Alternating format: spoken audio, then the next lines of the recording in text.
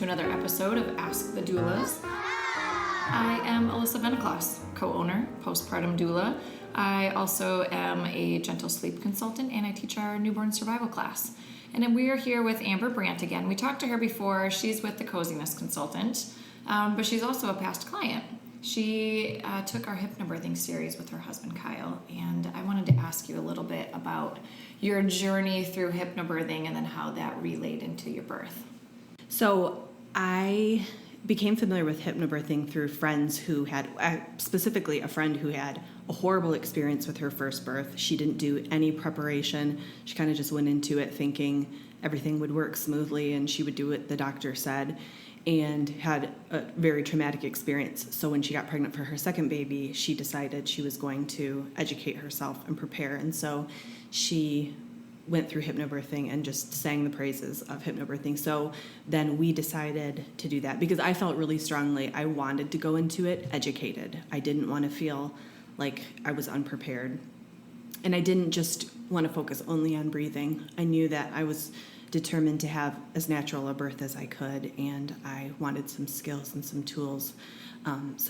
Anyway, so that's how we ended up coming to hypnobirthing. And the experience for us, honestly, at the end of the day, was the difference between making it through the birth unmedicated and following the birth plan that we really wanted. I knew I wasn't so married to my birth plan. I knew if some extenuating circumstance happened and I ended up with a C-section, that was going to be okay too. Mm-hmm.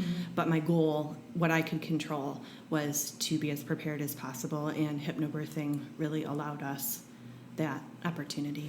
For somebody who's never heard of hypnobirthing, or maybe has but doesn't understand, what would your elevator speech be to a new parent thinking about hypnobirthing?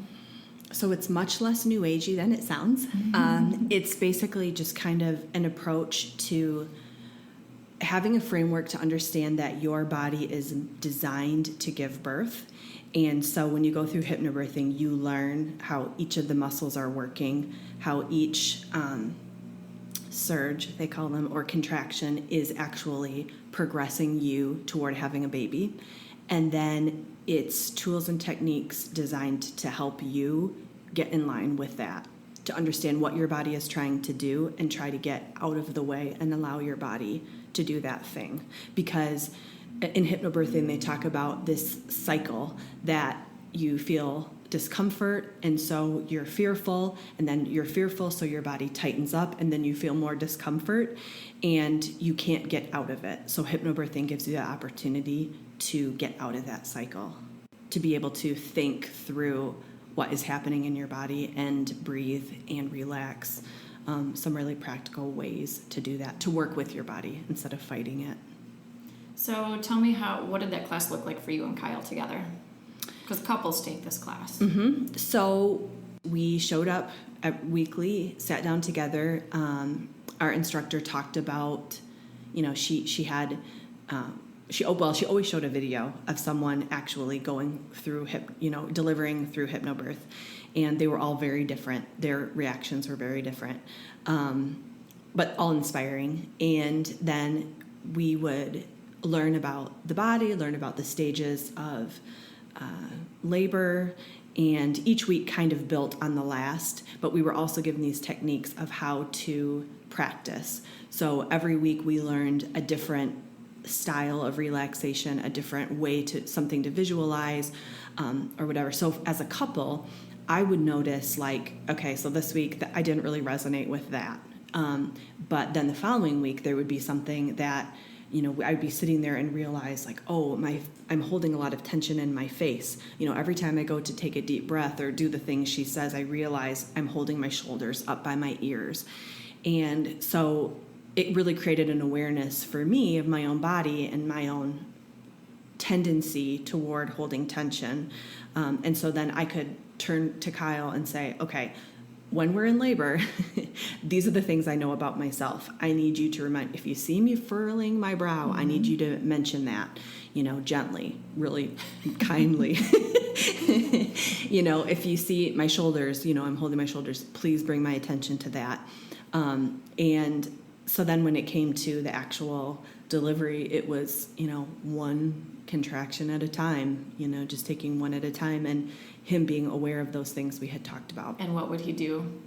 So he, that first, if you've ever had a baby, if you've ever been in labor, like when that contraction, it's coming, and it's like amping up, and then it kind of hits that initial intensity. Mm-hmm. And he would just be talking right in my ear. Amber, okay, nope, see, relax, like let your breath out. You need to breathe. You're holding your breath, and it's like talking me through that initial peak of each one, so that then I could like get my head back in the game and relax my body through the remainder of the surge. And, my water broke and my daughter was born 23 hours later. So we had a lot of practice going through those surges So tell me how HypnoBirthing, you said it was kind of the make it or break it.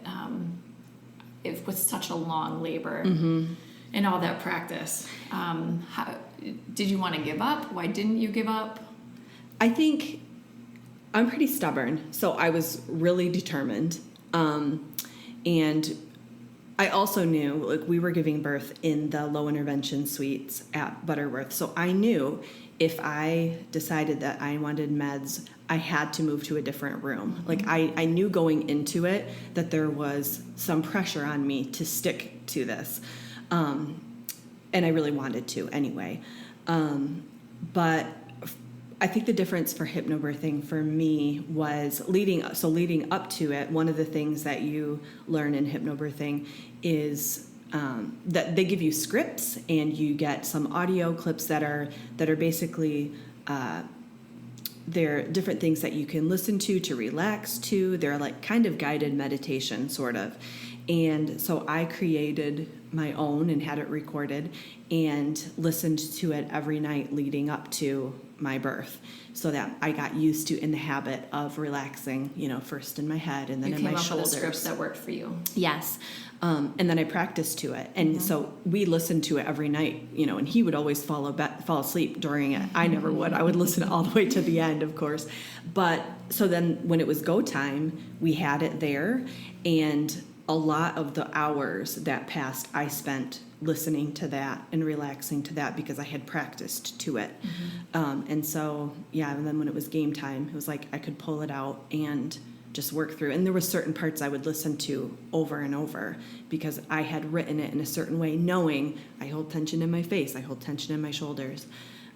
So for us, it was a combination of me listening to the audio that I had practiced to, the two of us listening to it, and then also him reminding me, using the things we knew. And even when I got to transition, and that was like the one time I shed a tear. I just let the tear fall, and I was like, I don't think I could do this. And Kyla said, but this is what we learned. Like, we know, right? Like, when you start to say, I don't think I can do this, I'm giving up, I can't do it anymore. Like, this is when we're almost to the end.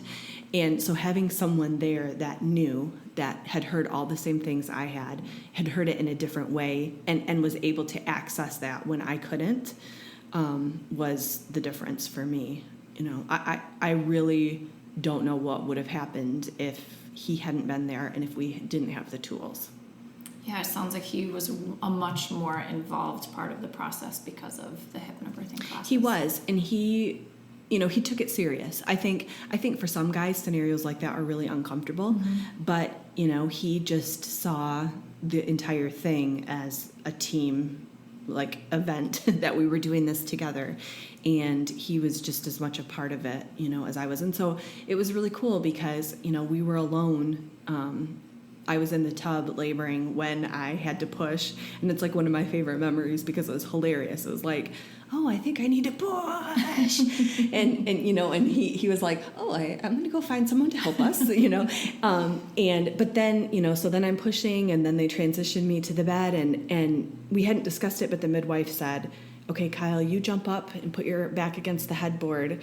And so, he had his back against the headboard and his legs out in front of him, and then I sat in front of him and leaned against him. And it was just like, it was such a payoff to deliver that way after laboring that entire way together. Which you couldn't have done in another room. No. Yeah. And it was so beautiful because we didn't talk about that. That was kind of a gift that, I'm sure they do that with a lot of moms, but that was a surprise to me, and it was just a really sweet thing, But even then, as I'm pushing and as I'm laboring, there in that last intense couple of hours, he's right there in my ear, literally his face is right there, and it was all the difference in the world to have the support and have the reminding, because it's hard to keep your head about you when it's all happening. You need a teammate to help you remember and to feed you those solutions and help and options to get your brain out of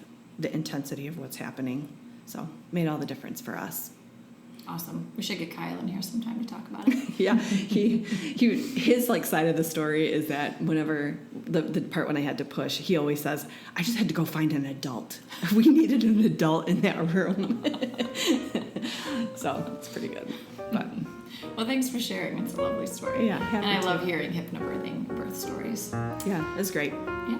Well, if you have any questions about hypnobirthing, email us info@goldcoastdoulas.com, and you can always find us online, Facebook and Instagram. Thanks, Amber. Thank you.